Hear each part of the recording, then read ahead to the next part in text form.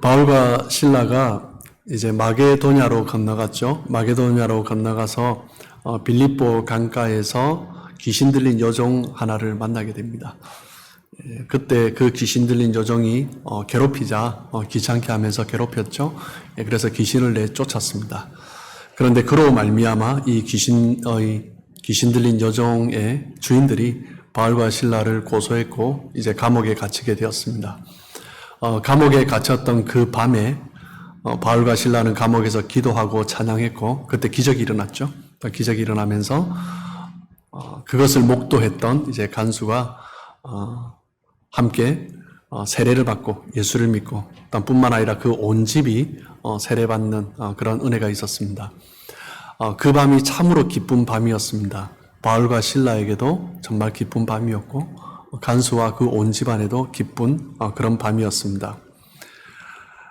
이제 그 놀라운 밤이 지나고 아침이 밝아왔습니다. 오늘 본문 35절에 보시면 날이 새매 상관들이 부하를 보내어 이 사람들을 놓으라 하니 그 전날 바울과 실라를 심하게 때리고 감옥에 투옥했던 그 상관들, 집정관들이죠. 그들이 이제 바울과 실라를 풀어놓아 주라라고 명령합니다. 간수는 기쁜 마음으로 그 명령을 듣고 바울과 실라에게 달려가서 전했을 것입니다. 36절에 보면 간수가 그 말대로 바울에게 말하되 상관들이 사람을 보내어 너희를 놓으라 하였으니 이제는 나가서 평안히 가라 하거늘. 그 소식을 듣고 너무나 기뻤겠죠. 그래서 이제는 나가셔도 됩니다. 이제 자유롭게 나가서 전도해도 됩니다. 라고 이야기를 했습니다. 지난밤에 옥문이 열리고 쇠사슬이 풀리고 그리고 간수의 집에서 씻고 음식을 먹고 그렇게 밤을 보내었는데 지금 바울과 실라가 어디에 있습니까? 감옥에 다시 들어가 있습니다. 간수가 와서 이제 나가도 된다라는 말은 감옥에 있다라는 거죠. 그 밤이 지났는데 그 밤에 그 시간들을 보내고 바울과 실라가 스스로 감옥에 다시 들어간 거죠. 다시 감옥에 들어가서 다시 간수는 바울과 실라를 쇠사슬에 묶고 이제 감옥을 다시 잠궜습니다. 그때 간수의 마음이 얼마나 힘들었겠습니까? 그 기적을 직접 눈으로 목도하고 어떤 세례를 받고 함께 기쁨으로 그 밤을 보냈는데 그런데 다시 가두어야 하는 그 간수의 마음이 어땠을까요? 이제는 그 불안함이 이제 없어도 되는 거죠. 이제 상관들이 집정관들이 명령을 내려서 이제 풀어줘도 된다 했기 때문에 이제 간수는 너무나 기뻤습니다. 간수의 입장에서 또 다르게 보면 지난밤에 있었던 그 일로 말미암아 자신이 어떠한 책임을 지지도 않아도 되는 그런 상황에 이르게 된 것입니다. 그렇다면 여러분 바울과 실라가 왜 스스로 다시 감옥으로 들어오게 되었을까요?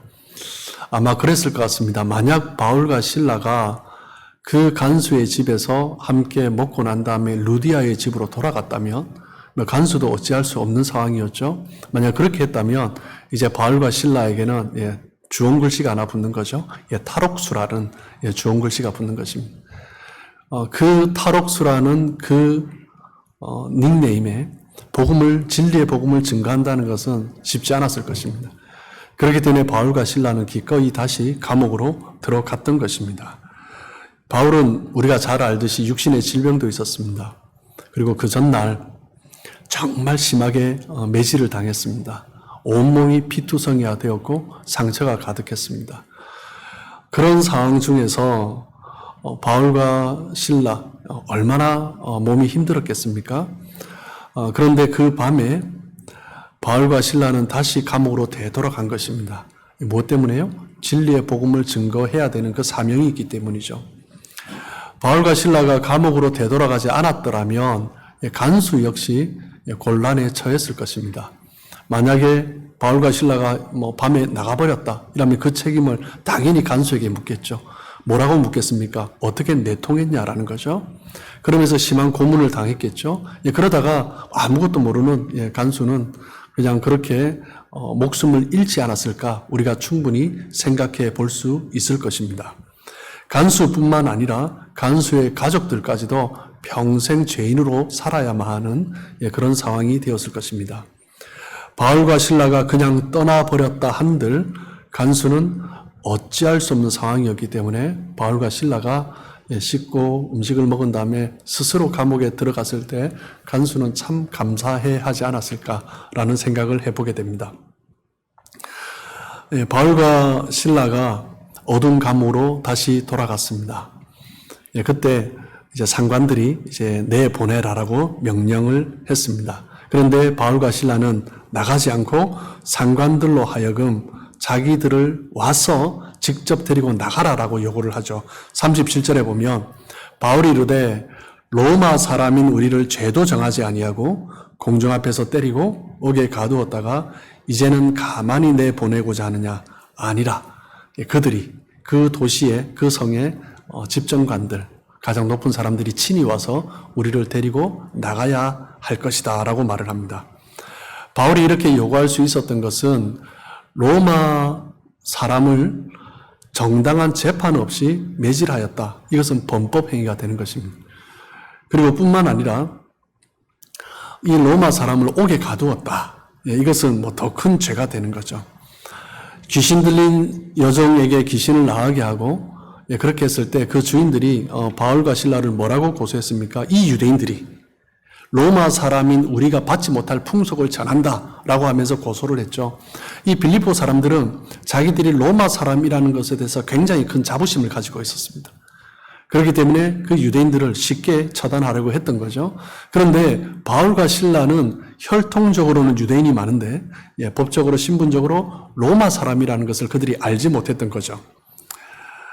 바울은 로마 사람이었기 때문에 로마 사람을 정당한 재판도 없이 때리고 옥에 가둔 것에 대해서 그것이 너무나 불법적인 심한 죄이기 때문에 그 도시에 높은 사람들이 와서 직접 데리고 나갈 것을 요청을 했습니다. 38절에 보면 부하들이 이 말을 그 집정관들에게 보고를 하니 그 집정관들이 바울과 실라가 로마 사람이라는 말을 듣고 어떤 반응을 봅니까? 두려워했다라고 말을 합니다.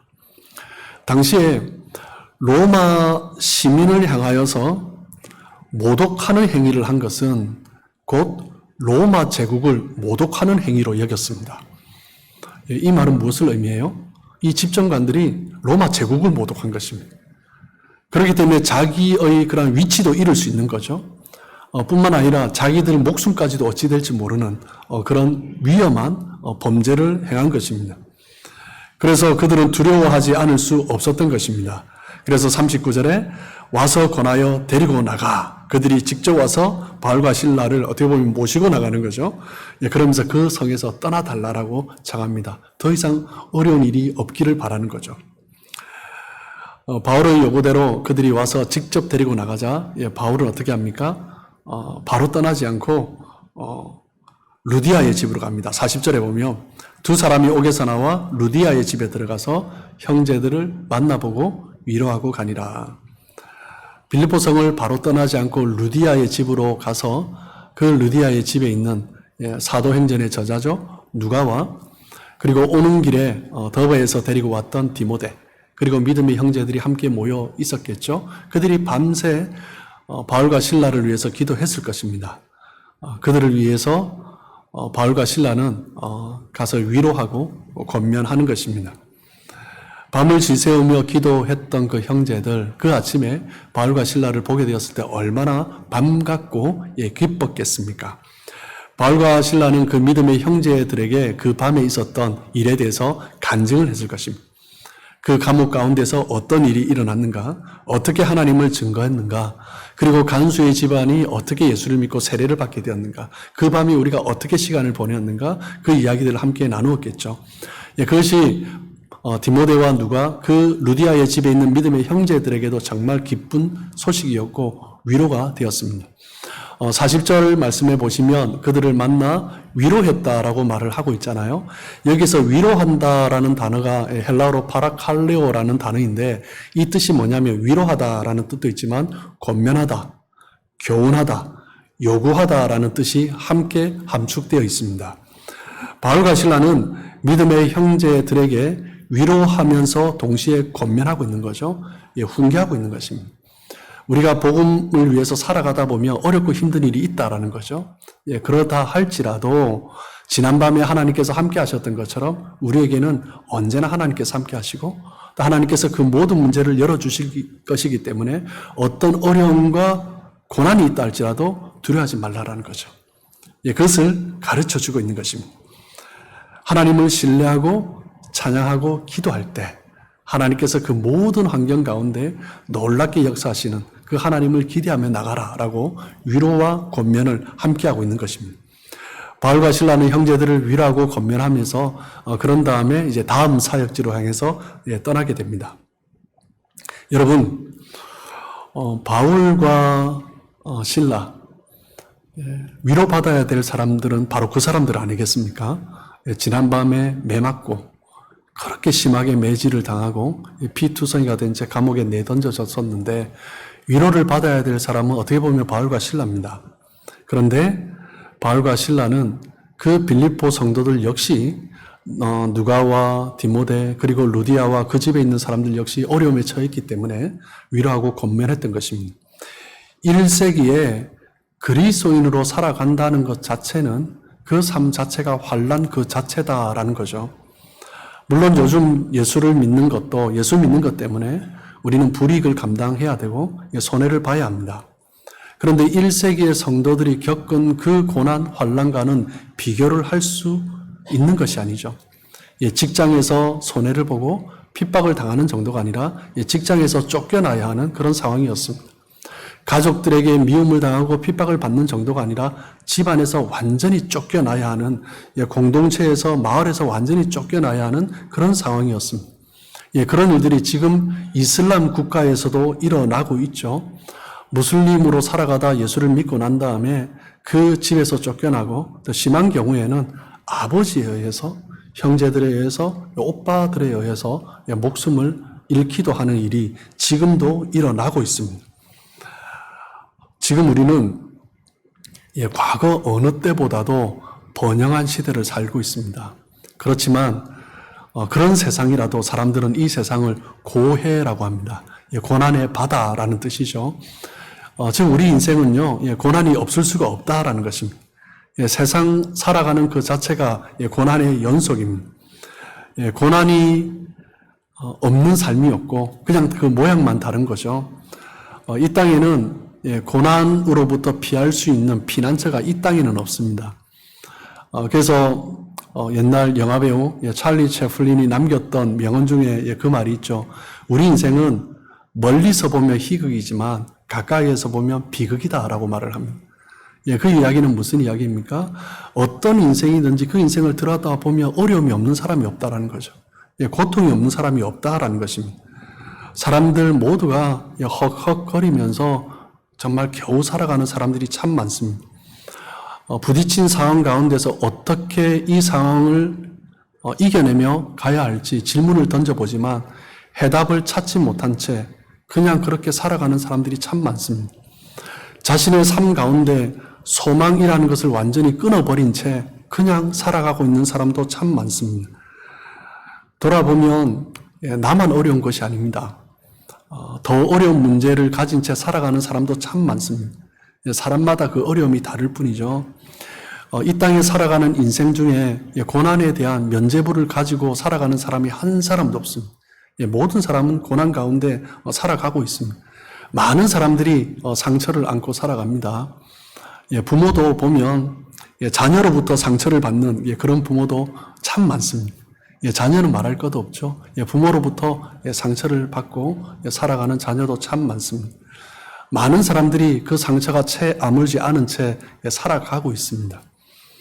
우리는 모두가 불완전한 존재이기 때문에 나도 모르게 상처를 주기도 하고 그리고 의도치 않게 상처를 받기도 하면서 우리는 그렇게 살아가는 것입니다. 그 인생의 무거운 짐으로 인해서 어떤 사람들은 정말 쓰러지기 직전에 겨우겨우 살아가는 그런 사람도 있습니다. 어떤 사람은 정말 사랑하는 사람에게 배신을 당한 채 그렇게 살아가는 사람도 있습니다. 우리 인생 자체가 그래서 고난이다, 고해다라고 그렇게 말을 하는 거죠. 인생이라는 것 자체가 삶 자체가 쉽지 않은데 게다가 그리스도인으로 살아간다는 것은요. 세상 사람들이 받는 고난과 똑같은 고난을 받으면서 거기에 고난이 더 추가되는 것입니다. 복음을 전하거나 선교하는 일을 할 때 받지도 않아도 되는 고난을 받는 거죠. 지난 예수님이 오신 이후에 2000년 기독교 역사 가운데 지난 한 세기가 지난 100년이 그 어느 때보다 가장 많은 순교자가 나왔습니다. 지금도 한 달에 수천 명의 순교자들이 예수를 믿는 것 때문에 목숨을 잃고 있습니다. 이 시대를 살아가고 있는 우리도 마찬가지입니다. 우리가 예수를 믿는다고 하면 그것 때문에 고난을 감내해야 되는 거죠. 무슨 말입니까? 예수를 믿는 순간 우리는 다른 사람들과의 관계 속에서 손해볼 것을 결심해야 됩니다. 예수를 믿기 때문에 또 비즈니스를 하면서도 손해를 봐야 합니다. 예수 믿는 사람은 져야 합니다. 어떻게든 이기기 위해서 정말 바락바락 돈을 더 벌기 위해서 그렇게 살아서는 안 된다라는 거죠. 어떻게 보면 예수 믿는 것이 드러나는 순간 약자가 되는 것입니다. 그렇기 때문에 예수를 믿고 이 땅에서 살아간다라는 것은 쉬운 일이 아닙니다. 어려움을 각오하는 것이죠.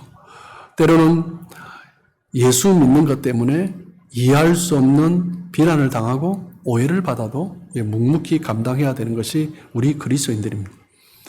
예수 믿는 사람으로 이 땅을 살아간다는 것은 죄악이 가득한 이 땅에서 예수 믿는 사람으로 살아간다는 것은 그만큼 고난이 전제되는 것입니다. 지금은 어떤 분들에게는 지금은 좀 나은 듯한 삶을 산다고 할지라도 그 인생이 고난이 완전히 없어진 것이 아닙니다. 지금 있는 고난도 지나가면 또 다른 고난이 우리 앞에 다가올 것입니다. 우리 인생 자체가 고난입니다. 사도 바울도 지금 고난 가운데 있잖아요. 우리가 웬만큼 당하는 고난과 비교할 수 없는 그런 고난을 사도 바울은 받고 있습니다. 그 고난 가운데서도 바울은 형제들을 찾아가서 위로하고 권면하고 있습니다. 어떻게 그럴 수 있습니까? 하나님이 함께 하시고 그에게 새로운 소망을 주셨기 때문입니다. 사도 바울은 자기가 당하고 있는 그 고난에 초점을 맞추지 않고 있습니다. 바울은 믿음의 형제들에게 찾아가서 자기에게도 어려움과 고통이 있지만 하나님께서 함께 하심으로 모든 것을 이기게 하신 것, 그것을 증거하고 있는 거죠. 여러분, 바울의 마음이 어땠을까요? 우리가 바울이라면 여러분 우리는 어떤 마음을 가졌을까요? 바울도 사람입니다. 연약한 사람입니다. 하나님 주신 사명을 따라 살아가지만 바울 역시 신이 아니라 하나의 인간일 뿐입니다. 그 인생을 돌아보면 얼마나 힘들었을까 우리는 생각해 볼 수 있습니다. 바울이 갇혔던 감옥은 오늘날 우리가 생각하는 감옥과 비교가 되지 않습니다. 정말 어두운 지하 감옥이죠. 정말 눅눅하고 칙칙하고 빛도 들어오지 않고 정말 많은 벌레들이 있었겠죠. 정말 더럽고 혹독한 그런 환경이었습니다. 사도 바울은 복음을 증거하면서 돌에 맞기도 하고요. 그리고 죽었다 싶어서 루스드라 성에서는 성 밖으로 내던져지기도 했습니다.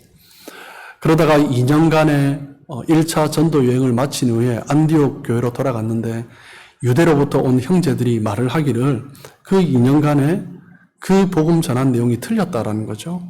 뿐만 아니라 그동안 4년간 목회했던 안디옥 교회에서 목회했던 그 목회의 내용도 틀렸다라는 거예요. 그래서 사도 바울의 그 마음이 어땠겠습니까? 그래서 그 교리적인 문제를 해결하기 위해서 예루살렘을 친히 오가면서 문제를 겨우 해결했습니다. 그런 다음에 두 번째 전도 여행을 시작했습니다. 두 번째 전도 여행을 시작하면서 또 어떤 일을 겪습니까? 본인이 복음을 전하려고 했던 곳은 계속 막히는 거예요. 지진으로 막히고 홍수로 막히고 가서 복음을 전하고 싶은데 갈 수가 없는 거예요. 그러다가 환상 중에 주의 성령께서 마게도냐로 건너가라 라는 그런 꿈을 주셨어요. 그래서 성령의 인도하심을 따라 마게도냐로 왔습니다. 마게도냐로 건너와서 첫 번째 성 빌립보에서 복음을 전하는데 어떤 일이 있습니까? 심한 매질을 당하고 그러다가 또 감옥에 던져졌습니다. 지금 그 상황 가운데 있는 거죠. 사도 바울의 마음이 어떠했겠습니까? 상상할 수 없는 문제들이 바울의 사역을 가로막았습니다. 외부적으로 오는 그 고통도 힘들었지만 믿는 형제들에게서 오는 그 고통도 그 고난도 만만치 않았습니다. 바울은 그렇게 고난을 겪고 있음에도 불구하고 바울은 어려움 가운데 있는 형제들을 찾아가서 위로하고 있는 거죠. 권면하고 있는 것입니다. 자신이 어떻게 그 고난을 이겨내었는가, 그 고난의 상황 가운데서 어떻게 하나님이 나와 함께 하셨는가, 그것을 나누고 있는 것입니다. 여러분, 아무나 위로할 수 있는 것이 아닙니다. 고통을 겪어본 사람이 위로할 수 있는 거죠. 그 고통 가운데서 하나님의 은혜를 경험한 사람이, 여전히 그 하나님을 바라보고 있는 사람이 위로할 수 있는 것입니다. 먼저 고난을 겪고 그 고난을 이겨낸 사람이 지금 고난 당하는 사람에게 찾아가서 위로할 때 그 위로가 진정 위로가 되는 것입니다. 그 권면이 정말 권면이 되는 거죠. 바울은 어떻게 이렇게 고난을 이겨내고 위로자가 될 수 있었습니까? 바울의 삶을 보면 바나바를 빼놓을 수 없습니다. 바나바의 이름 자체가 위로자, 격려자입니다. 사도 사울이 그리스도인들을 핍박하다가 예수 믿는 사람들을 핍박하고 그들을 잡으러 가기 위해서 다메섹으로 가는 도상에서 예수님을 만납니다. 예수님을 만나고 사명을 받게 됩니다. 그러면서 사울이 사도가 된 거죠. 그래서 사도가 되어서 이제 예루살렘 교회로 가는데 그 선배 사도들이 어떻게 합니까? 받아주지 않습니다. 거부해버리는 거죠. 그래서 사도 바울은 할 수 없이 그냥 나중에 고향으로 가지 않습니까? 고향으로 그렇게 시간을 보낸 이후에 바나바가 다시 불러주었습니다. 바나바가 불러주고 바울을 격려하고 보호해주면서 그 사역을 할 수 있도록 길들을 열어준 거죠. 바나바는 끊임없이 바울을 격려해 주었습니다. 바나바가 바울을 돕고 위로하고 권면하고 세워주었기 때문에 바울이 그렇게 쓰임받을 수가 있었던 거죠. 또한 바울은 그 바나바의 위로도 있었지만, 공동체에서 주는 위로도 있었지만, 정말 바울에게 큰 위로가 된 것은 고린도후서 1장 4절에 보면 바울이 고백을 하고 있습니다. 우리 같이 한번 읽어볼까요? 자, 시작. 우리의 모든 환난 중에서 우리를 위로하사 위로로 하여금 하나님께 받는 위로로서 모든 환난 중에 있는 자들을 능히 위로하게 하시는 이시로다. 바울은 환난 가운데 있을 때 정말 바울에게 위로가 되었던 것은 하나님께서 주시는 위로입니다. 하나님이 함께 하시고 하나님께서 세임 주시고 하나님께서 소망을 주신 거죠. 그 하나님으로부터 위로하심을 받음으로 사도 바울은 다른 사람에게서 나아가서도 위로할 수 있는 사람이 된 것입니다. 환난 속에 하나님의 위로를 받고 승리를 경험하고 살아가는 사람들은 자기 자신이 하나님의 위로를 받는 것으로 끝나서는 안 됩니다. 하나님의 위로를 받는 순간 그 하나님의 위로가 나에게 사명이 되는 것입니다. 내가 받은 그 위로로 다른 사람들을 살리는 일을 해야 되는 거죠. 사도 바울의 삶을 보면 그것을 하고 있습니다. 오늘도 우리 많은 성도들의 삶을 보면 많은 사람들이 힘들고 어려운 삶을 살아가고 있습니다. 그들을 세울 수 있는 사람은 누구입니까? 그 위로가 사명이 된 사람입니다. 내가 하나님으로부터 위로받고 힘을 얻고 그러면서 또 다른 사람을 위로하고 세워가는 선순환이 정말 교회 공동체 안에 일어나야 하는 것입니다. 그것이 바로 하나님이 원하시는 거죠. 하나님은 위로의 하나님이십니다. 하나님은 지금도 우리를 위로하십니다. 하나님은 환난 가운데 있는 사람들을 위로하시고 환난 가운데 있는 사람들에게 하나님께서는 평강을 주십니다. 하나님이 주시는 그 샬롬을 경험한 사람들은 그 고난 가운데서도 고통 가운데서도 새롭게 힘을 얻고 또 용기를 가지고 담대함 가운데 나아갈 수 있는 거죠. 소망이 끊어진 것 같은 그런 상황 가운데서도 하나님께서 주시는 그 위로를 경험한 사람들은 정말 새롭게 힘을 얻어서 달려갈 수 있는 것입니다. 사도 바울이 겪은 고난은 정말 쉽게 잊혀질 수 있는 고난이 아닙니다. 정말 육체적으로 당한 고난뿐만 아니라요. 믿지 않는 사람들로부터 당한 고난뿐만 아니라 믿는 형제들 안에서도 당한 고난. 사도 바울이 당한 고난은 정말 쉽게 잊혀질 수 있는 그런 고난이 아닙니다. 그럼에도 불구하고 바울은 고난에 사로잡히지 않았습니다.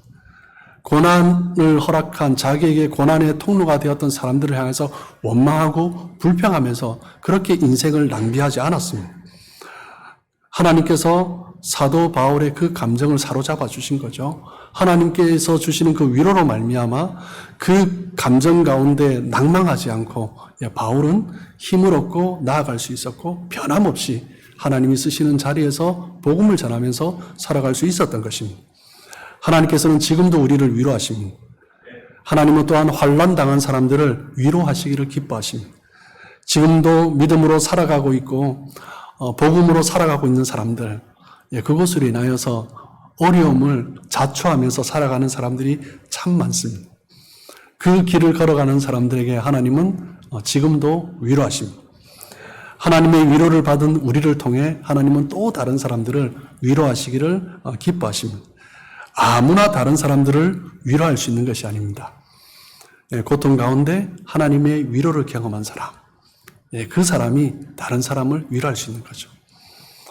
말도 안 되는 오해와 비난을 받았지만 믿음으로 이겨낸 그 사람이 다른 사람들을 다시 위로하고 격려하고 권면하면서 세워갈 수 있는 것입니다.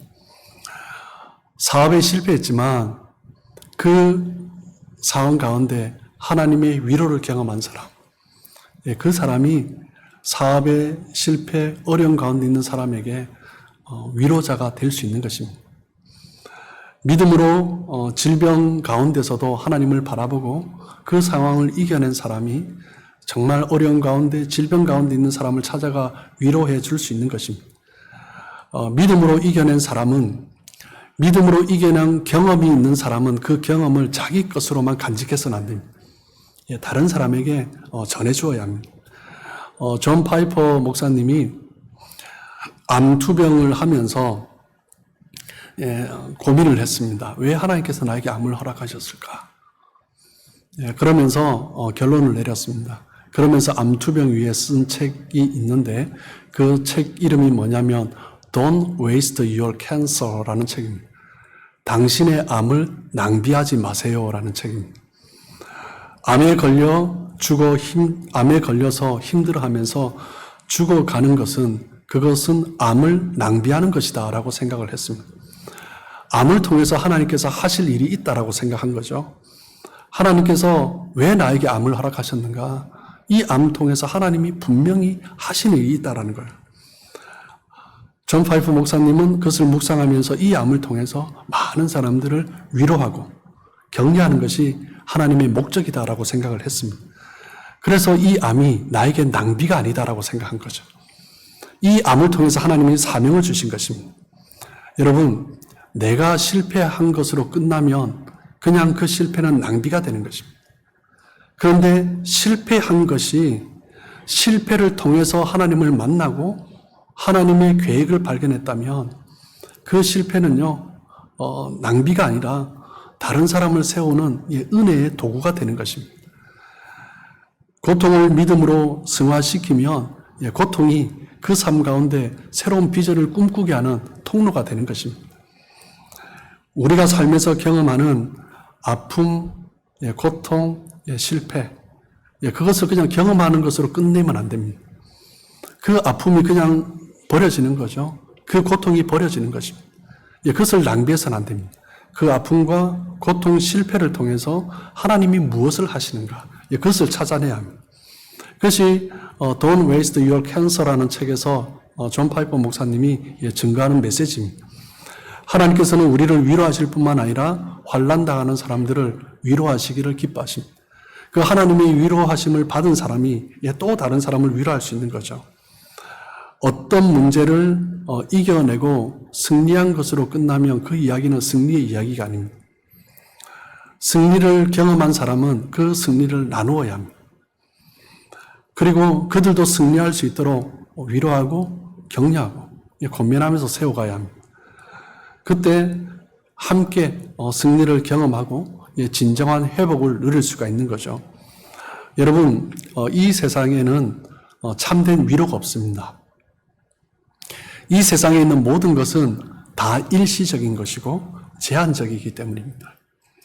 이 세상에 있는 가장 고귀한 것을 생각하라고 하면 많은 사람들이 어머니라는 존재를 생각합니다. 그래서 사람들이 정말 힘들고 어려운 순간, 절망적인 순간에 어머니를 찾습니다. 남편이 속썩이면 친정 엄마를 찾지 않습니까? 그런데 그 어머니도 한계가 있습니다. 어머니는 영원히 그 자리에 있지 않습니다. 어머니가 위로자가 될 줄 알았는데 알고 보니 어머니도 참 연약한 존재입니다. 어머니도 참 많은 상처를 가지고 있었습니다. 어머니도 위로가 필요한 존재입니다. 참된 위로는 오직 하나님께로부터만 오는 것입니다. 하나님은 변함이 없으십니다. 하나님은 여전히 산 같아서 여전히 그 자리에 계십니다. 이 세상의 모든 것은 잠시 있다가 다 지나가는 것들입니다. 하나님은 결코 변함이 없습니다. 하나님은 여전히 그 자리에 계셔서 우리를 기다리시고 언제나 우리의 참된 위로자가 되어주십니다. 고린도후서 1장 5절입니다. 우리 함께 한 목소리로 봉독해 볼까요? 그리스도의 고난이 우리에게 넘친 것 같이 우리가 받는 위로도 그리스도로 말미암아 넘치는도다. 바울의 삶의 고백이지 않습니까? 본인이 그리스도를 위해서 살아가는 그 자체가 고난의 삶입니다. 예수 믿는 것 자체가 고난이에요. 얼마나 많은 고난이 넘쳤는지 그의 삶의 고난이 넘쳤다라고 이야기합니다. 그런데 바울은 거기에 머물러 있지 않았습니다. 많은 고난을 겪었지만 하나님의 위로하심을 경험한 거죠. 하나님의 은혜를 경험한 것입니다. 하나님의 그 위로로 말미암아 사도 바울은 그 고통스러운 시간들을 지나면서 결코 포기하지 않고 절망하거나 낙담하지 않고 원망하거나 불평하지 않고 하나님께서 나에게 부르신 그 사명의 길을, 믿음의 길을 걸어갈 수 있었던 것입니다. 여러분, 우리의 삶의 결론은 하나님의 위로가 아닙니다. 결론은 하나님의 위로로부터 우리에게 주어지는 승리입니다. 그것이 우리 그리스도인의 삶이어야 합니다. 그래서 그리스도인은 반드시 승리가 결론입니다. 그래서 그리스도인의 삶의 결론은 무엇입니까? 부활이지 않습니까? 우리의 부활신앙입니다. 우리가 고난의 길을 지나면서 위로받는 것으로 그쳐서는 안 됩니다. 반드시 승리하는 것이죠. 이것이 하나님께서 우리에게 주시는 진정한 위로입니다. 우리는 하나님의 손에 여전히 붙잡혀 있습니다. 그렇기 때문에 우리가 어떤 길을 걸어간다 할지라도 우리는 낙심하거나 낙담하지 않을 수 있는 것은 하나님이 우리와 함께하여 주시고 지금도 우리에게 위로를 주시고 힘을 주시기 때문입니다. 오늘 본문을 통해서 우리가 볼 수 있는 것은 공동체가 어떠해야 되느냐라는 것입니다. 함께 위로하면서 격려하면서 세워가는 거죠. 여전히 고통이 있습니다. 내가 더 많은 고통을 받았을 수도 있습니다. 믿지 않는 외부에서 오는 고통을 받았을 수도 있고 공동체 안에서 믿는 사람으로부터 고통을 받았을 수도 있습니다. 그런데 그것 때문에 원망하고 불평하고 낙담해서는 안 됩니다. 하나님으로부터 오는 위로를 받고 그리고 공동체 안에서 주어졌던 그 위로를 기억하면서 또 다른 사람을 세워가는 것입니다. 그것이 공동체 안에 일어나는 하나님께서 원하시는 위로의 선순환입니다. 그럴 때 마지막 날 우리 믿음의 공동체가 하나님의 부르신 그 사명을 따라서 함께 나아갈 수 있는 것입니다. 오늘 빌립보 교회를 향해서 성도들을 향해서 바울이 위로하고 떠나는데 이 위로가 이 시간이 나중에 후에 이 빌립보 교회에 어떤 일들이 일어났는가 우리는 또한 사도행전을 통해서 볼 수 있을 것입니다. 하나님의 그 위로는 정말 이 땅 가운데 놀라운 은혜의 열매를 맺게 하십니다. 하나님의 약속을 붙잡고 믿음으로 걸어가심으로 마지막 날 하나님 앞에 서는 정말 그 은혜의 자리에 기쁨으로 서는 우리 모든 성도님들 되시길 주님의 이름으로 축복합니다.